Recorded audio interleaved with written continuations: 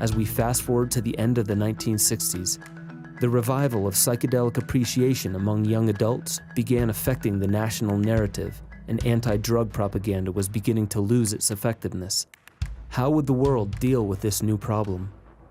People attempting to dissolve the reality constructs of culture. What would this mean for the rest of society? Psychedelics are the antidote to propaganda in some ways. They help you develop a mindset that sees through all that. That's the real reason they're considered dangerous, you know. As Terence said, psychedelics make you have funny ideas, but funny ideas are dangerous ideas, you know. So that's the reason psychedelics are prohibited, because they encourage you to think for yourself. You know, so that nation states act as though it's kind of normal to have wars. You know, go drop bombs on people, send in the troops. It's a kind of normal thing to do. It's not a normal thing to do at all. It's a completely abnormal, aberrant, psychopathic thing to do. We shouldn't be going out there and killing other people for some sort of weird national goal. It's a terrible, terrible mistake that we're making. And now the toys of war have become so big and so huge that they actually pose a threat to the whole future of humanity. The power of psychedelic plants for perceiving higher patterns and seeing through rhetoric led to a desperate reaction by superpowers, shutting down the collective memory of traditional indigenous practices and cutting off the public from legal use. Quickly, independent chemists were making slightly altered compounds which were technically not illegal. To combat this backdoor approach, the Analogue Act was passed, and the DEA was granted emergency scheduling power, in which they could declare any substance illegal and may take up to a year to decide what schedule to class it as. Psychedelic plants and synthesized versions were put into Schedule 1. This category proclaims the substance is highly addictive and has no medicinal value. Was there any evidence for this claim, or was it a fear move? The classic psychedelics have been used for millennia, really, if you think of mushrooms and peyote.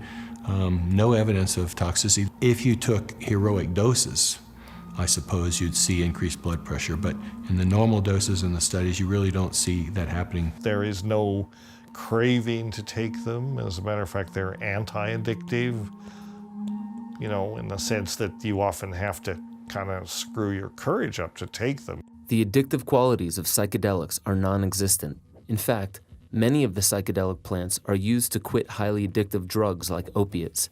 Alcoholics Anonymous co-founder Bill Wilson reportedly used LSD to quit drinking in the 1950s at the Veterans Administration Hospital in Los Angeles. Classic psychedelics like psilocybin, LSD, mescaline, they're not addictive because they don't activate, actually the reward pathways in the brain involve dopamine.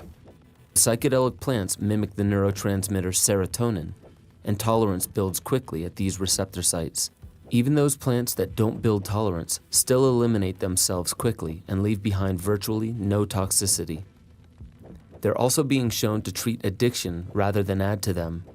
There are so many benefits coming to light from these substances that groups such as MAPS, Hefter, Beckley, and many others are organizing a science-based campaign to reverse the prohibition because the evidence is clear.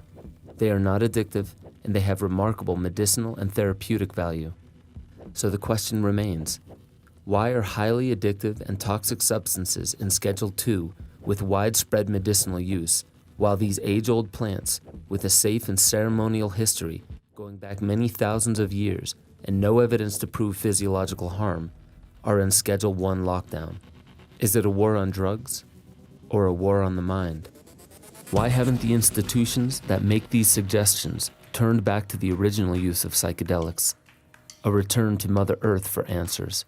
The position that modern societies have taken on psychedelics, we've demonized these substances, we've made them illegal, we've subjected people to harsh prison sentences if they're found in possession of psychedelics. This is a terrible error that is being made in modern Western society. We are losing contact with our fundamental roots by doing that.